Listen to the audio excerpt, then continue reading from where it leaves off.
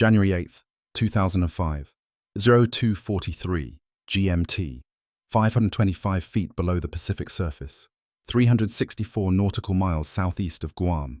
The inertial navigation system indicates USS San Francisco, Los Angeles-class attack submarine SSN 711, is transiting at flank speed, maximum velocity for the pressure hull at depth, crossing the Caroline Islands region toward a scheduled port call.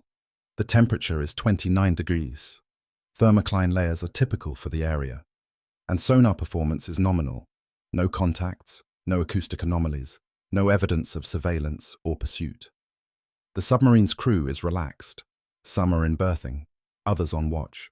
The ordinary rhythm of open ocean navigation, broken only by the hum of the main propulsion system, the uneven vibration of the propeller shaft, and the faint smell of warm oil and amine coolant drifting through ventilation ducts. The command leadership expects the transit to remain uneventful. The only deviation from normal procedure is the use of charts with incomplete bathymetric data. No evidence of significant undersea obstacles marked along the projected route. The navigation party, satisfied with the absent sonar returns and visually confirmed waypoints, has cleared the submarine's course. The watch officer's final status check finds no anomalies in depth, trim, or ballast conditions. The atmosphere is routine, the environment all but featureless, the risks of the open Pacific seemingly remote. Los Angeles-class submarines like San Francisco are the most numerous attack submarines ever built. Launched in 1979, San Francisco displaces 6,080 tons submerged, measures 362 feet in length, and is powered by a single S6G pressurized water reactor, generating 38,000 shaft horsepower through geared turbines, driving a 7-bladed screw. The class is renowned for speed, 33 knots at flank, capable of outrunning any surface warship and matching most Soviet nuclear submarines, stealth, and advanced sonar and weapon systems that allow the boat to conduct surveillance, anti-ship, and anti-submarine operations across oceanic distances. The pressure hull construction, using HY80 steel, provides test depth of 900 feet, well beyond San Francisco's current operating depth. The modular design incorporates noise reduction features, including double shell construction, anechoic tile cladding, and isolation mounts for noisy machinery, all intended to minimize the boat's acoustic signature during covert operations. The crew is trained for immediate response to flooding, fire, or loss of propulsion, but no situation demands instantaneous reaction to an immovable underwater obstacle, for the seafloor is never considered an imminent threat when the correct charts are in use and the marine environment is calm. Commander Kevin Mooney, the submarine's commanding officer, has a reputation for competence and a record of successful deployments. His responsibilities include ensuring the safety of 137 crew members, delivering the submarine to its assigned patrol zone, and executing the mission with zero risk of catastrophic mishap. The stakes of any navigation error at maximum speed are extreme. The force of a collision with immovable terrain is proportional to the square of velocity, meaning that an encounter at flank speed generates 4 times the impact energy of a collision at half speed. The physics of underwater terrain also favors the seafloor. Any contact with exposed rock or coral will result in instantaneous deceleration, transmitting shockwaves through the hull, rupturing internal compartments, and risking immediate loss of positive buoyancy. The Los Angeles-class design includes multiple watertight bulkheads, compartmentalized systems, redundant emergency blow capability, and the ability to survive limited hull breaches. But these systems are not designed to prevent or mitigate damage from collisions with solid terrain. The only defense against such hazards is rigorous navigation, constant monitoring of sonar and charts, and strict adherence to voyage planning protocols. San Francisco's navigation equipment is standard for the era, a modernized inertial navigation system supplemented by LORAN and GPS, an integrated charting system, and a suite of passive and active sonars, including the hull-mounted BQQ-5 array and towed TB-16's 23 arrays. The submarine's voyage plan is based on the latest published bathymetric data, but the electronic charts available to the navigation party do not indicate any significant undersea mountains or seamounts along the primary transit route. The boat's course is plotted to avoid restricted operating zones and to provide ample water depth, with the mine and obstacle avoidance sonar set to detect submerged hazards at short range. No active sonar is used. Standard protocol for undeclared transit in international waters excludes the transmission of detectable sonar pings, so the submarine relies entirely on the sensitivity of passive arrays and the accuracy of digital charts. The navigation team is confident. The vessel is at sea, submerged, and presumed to be in open water. The transit is proceeding as planned. The crew expects the next major event to be the arrival in port, not a disaster that will test the limits of the submarine's engineering and the crew's survival training. 72 nautical miles from the planned course, an uncharted seamount rises from the ocean floor, formed by tectonic forces millions of years ago, and missed on the most recent published charts. The mountain's peak is 200 feet below the surface, its western face exceeding 2,000 feet in height, its bulk stretching across nearly a mile of seafloor. The submarine's course inadvertently deviates slightly from the primary transit route, traveling at 33 knots, flank speed, when the bow enters the shadow zone of the seamount. The inertial navigation system does not issue a warning. The MAL, mine and obstacle avoidance sonar, designed for small, shallow, or metallic hazards, does not register the geological feature. The electronic chart browser, referenced every few minutes by the navigation team, provides no evidence of danger. The submarine continues at maximum speed, crossing the thermocline and descending into the high-pressure, low-visibility environment of the deep Pacific, where the only indicators of trouble are the subtle changes in water temperature and the faintest vibration in the hull, signaling the proximity of solid terrain. The crew is unaware that the external environment is about to change. The ocean floor, once a benign feature, is about to become the most lethal object in the submarine's path. The vessel is on a collision course with a formation that occupies an area too large and too deep to avoid by any maneuver. San Francisco will not see it, hear it, or detect it until the instant of impact. The composition of the seamount, a mix of basalt and coral, creates a terrain that is dense and immovable, unlike the soft sediment or muddy seabed typical in most navigational hazards. The mountain extends vertically from the ocean floor, rising to the seamount, its flank facing the direction from which the submarine is approaching. The high calcium content of the coral cap and the basaltic bedrock below give the formation exceptional strength, capable of withstanding the force of even the largest vessels without yielding or breaking. The geological data available to the Navy does not reflect this feature, and the digital charting system does not update the crew to the presence of such a hazard. The mine and obstacle avoidance sonar, designed primarily for detecting metallic objects or submerged minefields, fails to pick up the massive, irregular contours of the geological formation. The submarine's passive sonar, tuned to detect the acoustic signatures of other vessels, does not register the silent, immovable danger that lies ahead. The crew completes routine checks. The sonar operator reports clear returns, nothing unusual. The helm officer marks the passage of each waypoint, confirming the vessel's progress toward Guam. The navigation officer and junior officer review the electronic chart, double-checking the plotted course, running calculations for the remaining distance to the next major waypoint, and ensuring the vessel's trim and depth match the ideal profile for transit at flank speed. The bridge is a model of submarine efficiency. The watch section exchanges crisp, matter-of-fact status updates. The crew is alert and focused. No emergencies are reported, no alarms sound, and the atmosphere is one of routine professionalism. The only deviation is the absence of any visual or sonar indication of the seamount. The only thing that has not gone according to plan is the omission of hazard data from the digital charts. The crew is operating in what they believe is open water, a vast, uncharted swath of ocean where the risk of collision with fixed terrain is negligible. The Los Angeles-class digital navigation suite used in 2005 was a marked improvement over the analog systems of previous decades. The integration of GPS, inertial navigation, and digital charting provided sub-meter position accuracy and automated detection of previously charted underwater hazards. However, the system was only as good as its data.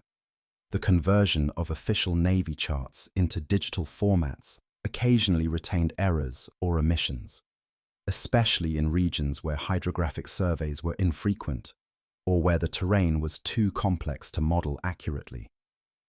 The navigational procedures required manual cross-checking of electronic, paper, and charted databases, but the workload and the pace of transits at maximum speed sometimes led to a false sense of security in the absence of system warnings. The electronic charting suite, which should have been the last line of defense against navigational error, did not display any red flags, nor did it indicate the presence of a mountain that would have been visible on other charts possessed by the submarine, a discrepancy that would come to light only after the collision, raising questions about the assumptions that underpinned navigation at sea and the trust placed in automated systems. The communication between the bridge, control room, and sonar tech is minimal. The submarine is in an open, non-threatening environment, so most conversation is professional, technical, and focused on the next steps in the voyage. The commanding officer, Captain Mooney, monitors the bridge from a nearby station, stepping out of the command room to check the progress of the transit, assume watch, or confer with the officer of the deck. The engineering crew is alert, but not alarmed. The propulsion system is performing within expected parameters, and the reactor is running at nominal power, producing enough energy to drive the boat at flank speed through the deep Pacific. The air temperature is comfortable, the humidity is moderate, the sound of the air conditioning diffusing the scent of oil and the slight metallic taste of amine that lingers from the missile tubes and machinery spaces. The lights in the control room are a muted yellow, the dials and analog gauges casting soft shadows. The only dramatic lighting coming from the red battle station lights that would illuminate in the event of an emergency, but they are not activated. The submarine is living up to its reputation for speed, reliability, and stealth. The clock ticks past 02:45, and the submarine's position is only minutes from the scheduled next waypoint. The crew is expecting a standard reliefs and watch rotation, the routine continuation of their transit, and the approach to the territorial waters of Guam sometime the next day. The navigation team begins planning for the next segment of the voyage, discussing the final approach, verifying communication protocols with the port authorities, and going through the checklist for in-port procedures. The submarine is 2.5 days from the commencement of the port visit, and the mood is relaxed, typical of the end of a transit. The crew knows that the port visit will bring familiar routines, shore leave, maintenance, resupply. But for now, their only task is to complete the final leg of the transit without incident. The control room is a study in calm efficiency, the dials and gauges reporting normal values, the sonar operator listening for the routine sounds of the deep Pacific, the navigation officer marking the passage of time and distance, the crew expecting the period of open ocean transit to end without surprise. The atmosphere is one of disciplined routine, the confidence born of experience, and the trust in the vessel's systems and the available charts. Nothing in the submarine suggests that the next moment will be anything but the continuation of the ordinary. At precisely 02:43 GMT, on January 8, 2005, USS San Francisco's bow strikes the granite and coral face of the uncharted seamount at flank speed, 33 knots, while submerged at 525 feet depth. The impact delivers a force equivalent to a high-speed train derailment, the entire 362-foot hull shuddering as kinetic energy converts instantaneously into structural deformation. The sonar dome, the bulbous fiberglass housing protecting the BQQ-5 bow sonar array, collapses on contact, crushed to fragments in milliseconds as the submarine's 7,000-ton mass drives forward into immovable rock. The forward ballast tanks rupture, steel plates buckling inward as seawater floods the external tanks designed to control the submarine's buoyancy. The collision tears away sections of the outer hull, exposes internal piping, and creates a massive entry point for Pacific seawater rushing into spaces never intended to flood. The submarine's forward momentum ceases instantly, but the stern continues moving forward, lifting the propeller and rudder assembly partially clear of the water as the bow embeds itself against the seamount's western face. Inside the submarine, the crew experiences a deceleration that human bodies cannot withstand without protective restraint. Personnel standing in passageways are thrown forward into bulkheads, equipment racks, and piping with enough force to break bones and fracture skulls. Machinist's mate, second class. Joseph Allen Ashley, 24 years old, from Akron, Ohio, is standing in the forward section when the impact occurs. He is hurled multiple feet through the air, striking his head against steel with catastrophic force. The collision injures 98 crew members, 90% of San Francisco's complement, creating a mass casualty event in an environment where advanced medical care is impossible. 23 sailors sustain injuries requiring immediate medical attention: broken bones, spinal fractures, severe lacerations, and head trauma that ranges from concussions to basilar skull fractures. The submarine's independent duty corpsman, the sole medical professional aboard, is one of the few uninjured, and his attention is immediately drawn to the two most critically wounded. Ashley has suffered a massive cerebral injury associated with a basilar skull fracture. The bone at the base of the skull has fractured, and intracranial bleeding is causing rapidly increasing pressure on his brain. He loses consciousness instantly and never regains it. The IDC begins emergency treatment, but the injury is inevitably fatal without immediate neurosurgical intervention that cannot be provided aboard the submarine or anywhere within hundreds of miles.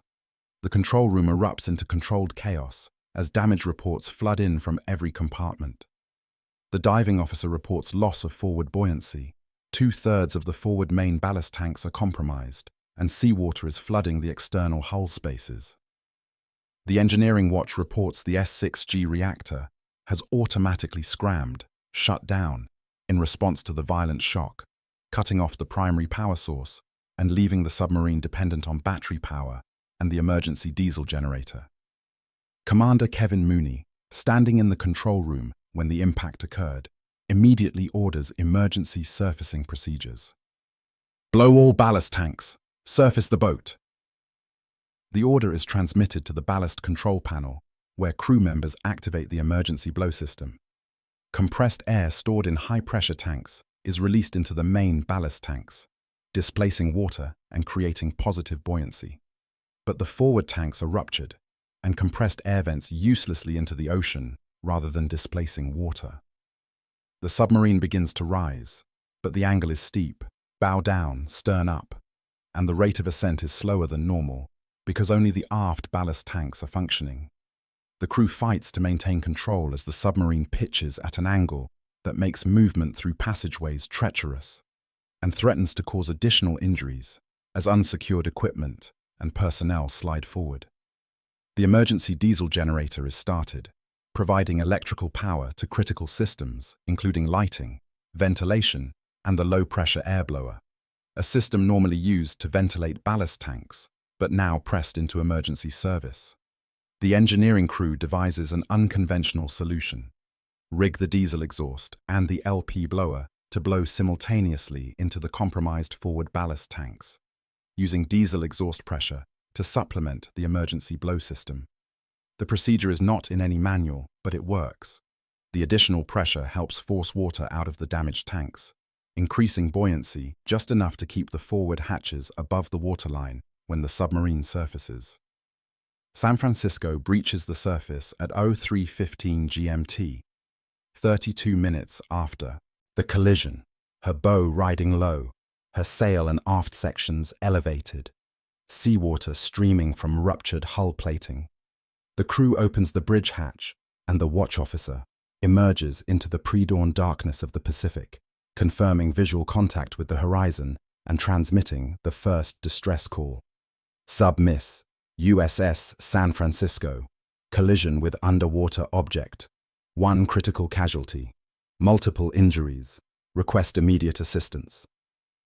The message is received by Commander, Submarine Force Pacific at Pearl Harbor, and within minutes, the U.S. Coast Guard cutter Galveston Island and the military Sealift Command vessel USNS Stockholm are diverted to provide assistance. The independent duty corpsman spends the next 24 hours focused primarily on Joseph Ashley, attempting every intervention within his capability to stabilize the critically injured sailor. 2 crew members with previous medical experience assist, treating the dozens of other injured personnel, applying splints to fractured limbs, suturing lacerations, administering pain medication, and monitoring vital signs. The injuries requiring the most urgent attention include 9 concussions, 23 head or face lacerations, multiple fractures, including shoulders, ribs, and spinal vertebrae, and 1 patient with a pneumocephaly, air trapped inside the skull from the basilar fracture. Medical advice is provided remotely from the command center at Submarine Force Pacific in Pearl Harbor, where a rotating watch of Navy physicians monitors the situation continuously. The most time-intensive tasking is arranging care for Ashley. The situation is complicated because there is no neurosurgeon in the territory of Guam at the time of the collision. Plans are set in motion for a neurosurgeon to be flown from Okinawa, Japan, with equipment, while a general surgeon is identified to escort Ashley via helicopter from the submarine to Naval Hospital Guam, once San Francisco reaches closer proximity to Guam. If you'd like to explore this story in greater depth, I've included links in the description to books like Blind Man's Bluff and military medicine journals that provided crucial details you won't find anywhere else. These recommendations support the channel and help us continue producing these deep dive investigations, and I'm grateful to everyone who chooses to learn more through those resources. San Francisco limps toward Guam under her own power, escorted by Coast Guard and Navy vessels, making slow progress with damaged ballast tanks and limited propulsion from the emergency diesel. The crew maintains continuous damage control, monitoring the integrity of the pressure hull, pumping water from flooded compartments, and ensuring the nuclear reactor remains in a safe shutdown condition. The atmosphere aboard is tense. Every crewman knows that the submarine came within minutes of sinking, that only the crew's training and the structural integrity of the HY-80 steel pressure hull prevented total loss. On January 9, 2005, 27 hours after the collision, machinist's mate, second class Joseph Allen Ashley, dies from his injuries. Despite every effort by the submarine's medical team and consultation with physicians ashore, the severity of his head trauma makes survival impossible without immediate neurosurgical intervention that could not be provided in time. Ashley is the only fatality, but his death transforms the incident from a near disaster into a tragedy that will haunt every member of San Francisco's crew. USS San Francisco arrives at Apra Harbor, Guam, on January 10, 2005, 54 hours after the collision, where 29 injured crew members are transported immediately to Naval Hospital Guam for evaluation and treatment. 3 sailors are admitted overnight, 1 with pneumocephaly, zygomatic bone fractures and rib fractures, 1 with a lumbar spine fracture, and 1 with a fractured thyroid cartilage. The remaining 26 are treated and released, though many will require months of physical therapy and medical monitoring. The submarine is moved into dry dock for damage assessment, and the extent of the structural destruction becomes apparent. The sonar dome is completely destroyed, reduced to fragments scattered across the ocean floor 400 miles away. The forward ballast tanks are ruptured and buckled, with sections of outer hull plating torn away or deformed beyond repair. The bow shows massive deformation, steel plates compressed and wrinkled from the impact, the leading edge of the keel ground flat where it struck the seamount. Remarkably, the inner pressure hull is intact. The double hull construction of the Los Angeles class, with an outer hull separated from the inner pressure hull by ballast tanks and structural spaces, absorbed the impact energy, preventing catastrophic flooding of habitable compartments. The nuclear reactor compartment shows no damage. The reactor coolant system remains intact, and there is no release of radioactivity. The submarine's survival is attributed to the strength of HY-80 steel construction, the effectiveness of watertight compartmentalization, and the crew's immediate response to the emergency. The investigation into the collision begins immediately, led by Commander Submarine Force Pacific, with the findings documented in a 124-page report completed in May 2005.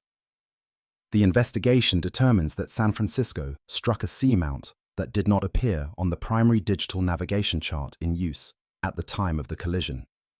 However, other charts in San Francisco's possession, specifically older paper charts covering the same region, clearly displayed a navigation hazard marked as discolored water, a hydrographic notation indicating the probable presence of a shallow seamount or coral formation.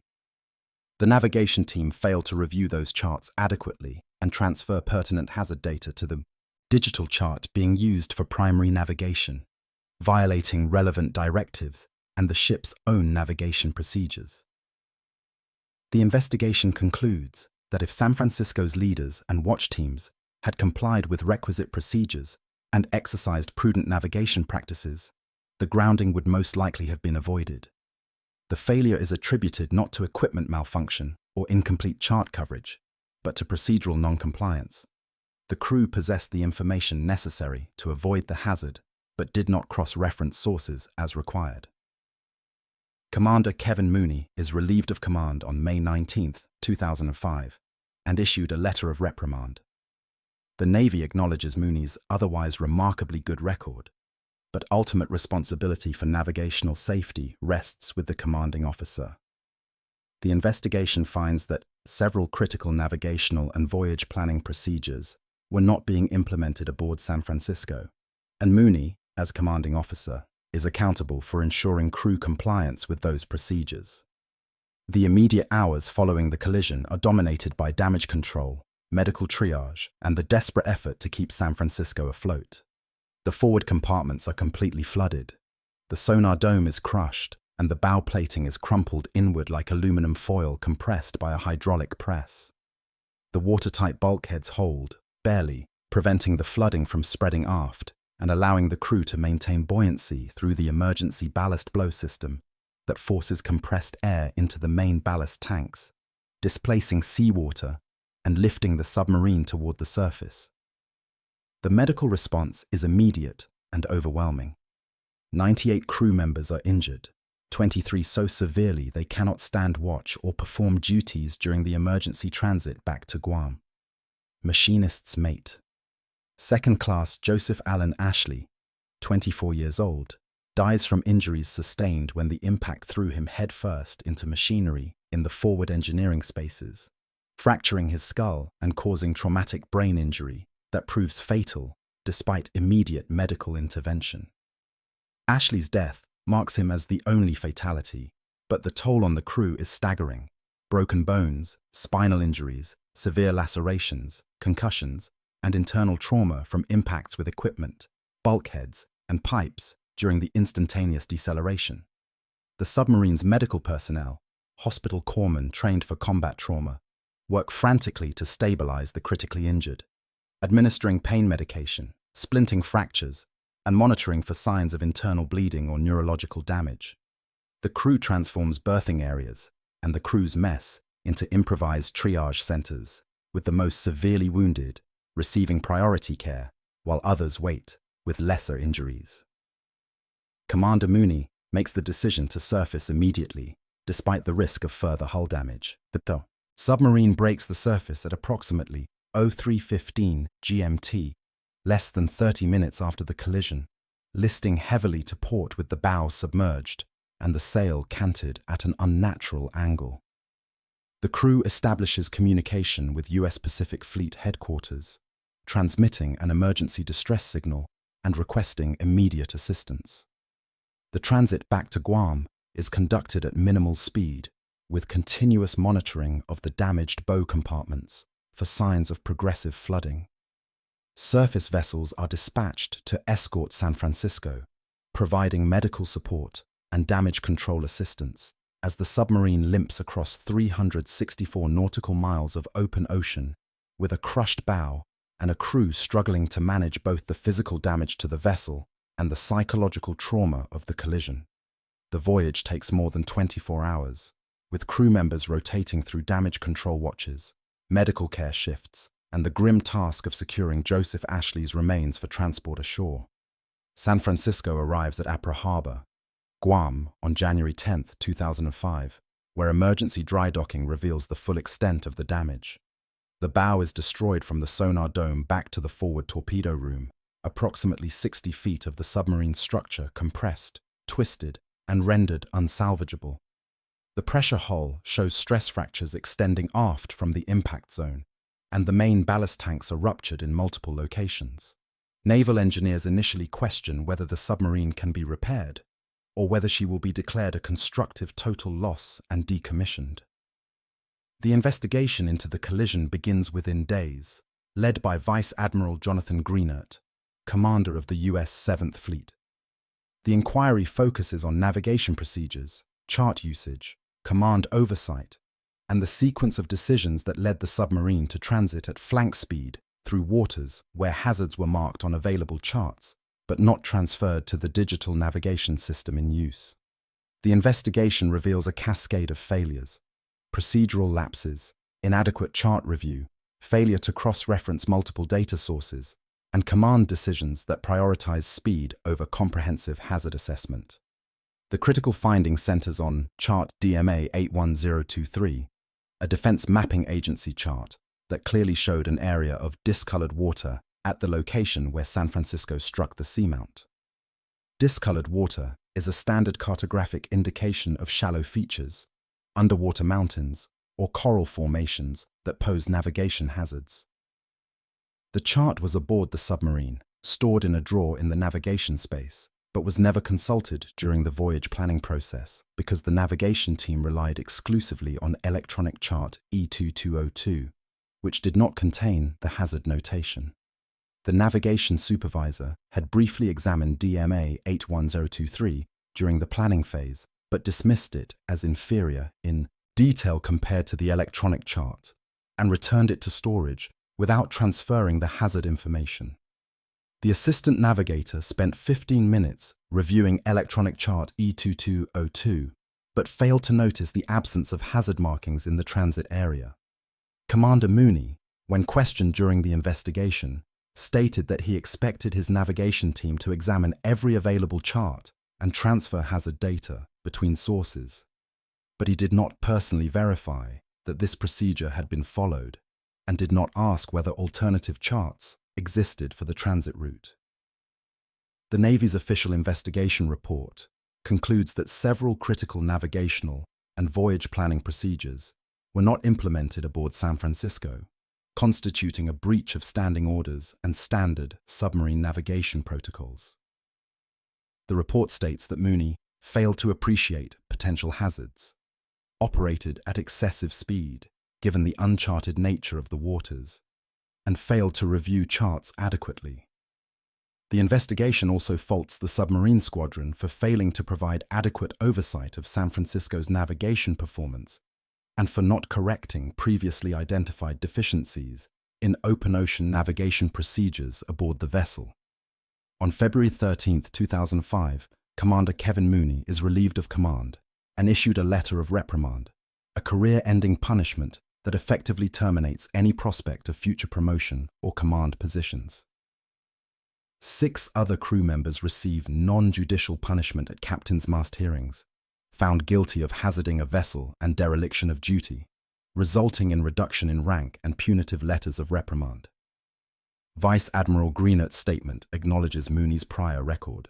Although the grounding incident compelled me to punish and remove him from command, in my opinion, it does not negate 19 years of exemplary service.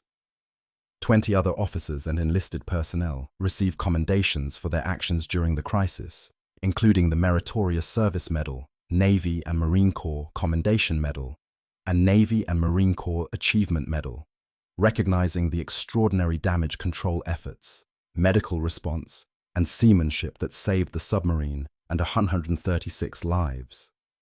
The dichotomy between punishment for the navigation failures and recognition for the emergency response reflects the Navy's dual imperatives: accountability for errors that endanger vessels and acknowledgement of heroism that prevents catastrophic loss.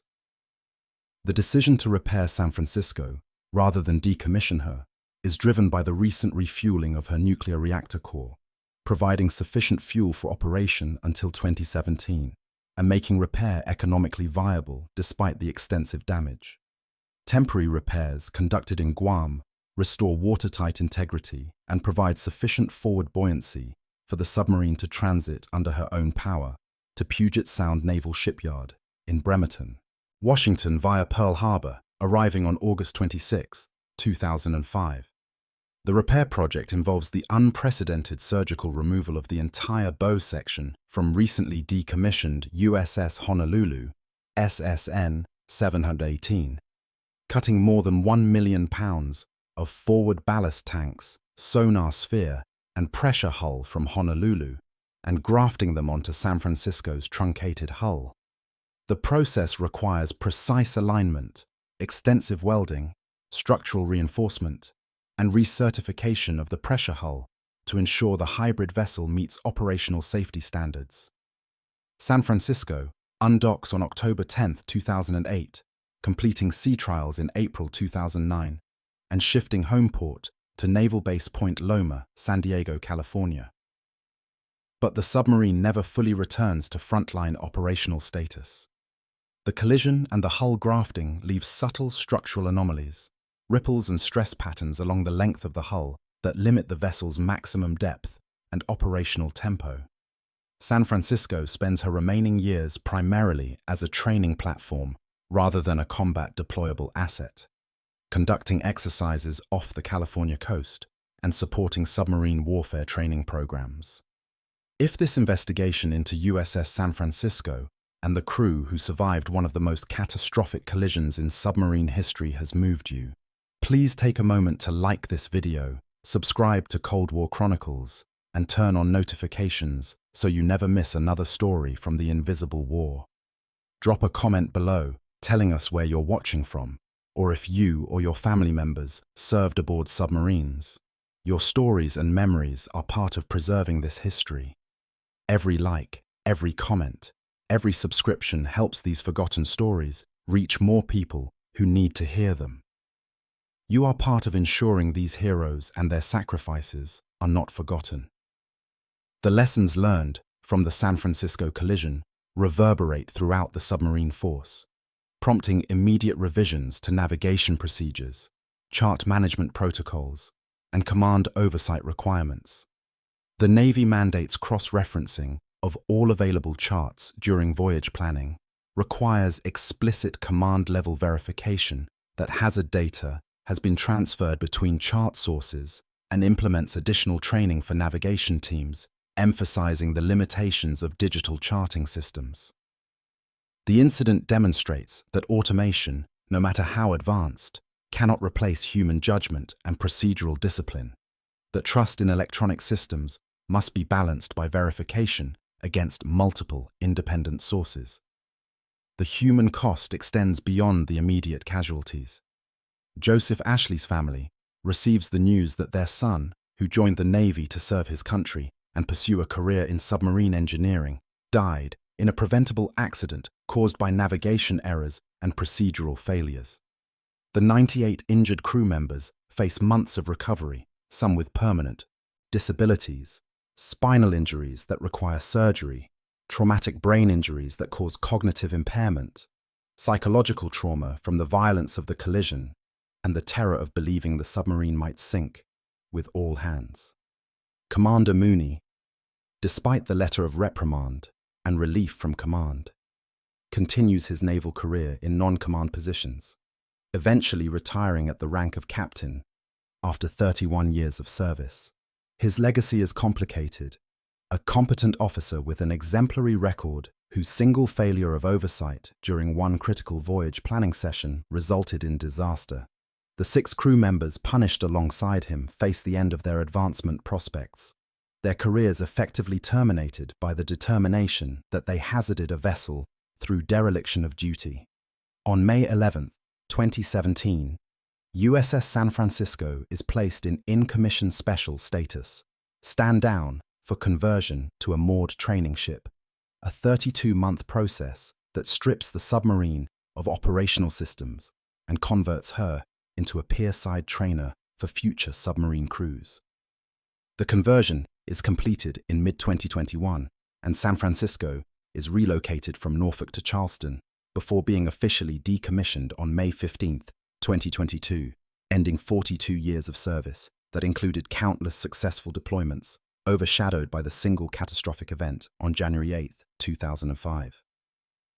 The broader question raised by San Francisco's collision is whether the increasing complexity and automation of submarine systems creates complacency among crews who trust electronic displays without verifying the underlying data. The collision occurred not because the information was unavailable, but because the procedural discipline required to access and cross-reference that information was not maintained. The seamount was on a chart aboard the submarine. The hazard data was documented. The navigation team simply failed to look. This is Cold War Chronicles. If you enjoyed this deep dive into the invisible war, please subscribe and turn on notifications. We have only just scratched the surface of the secrets buried beneath the ice.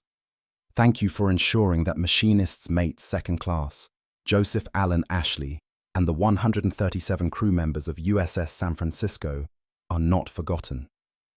Their ordeal, caused by errors in judgment, but survived through courage and training, reminds us that even in the most advanced vessels, operated by the most professional crews, the margin between routine transit and catastrophe can be measured in the failure to consult a single chart stored in a drawer.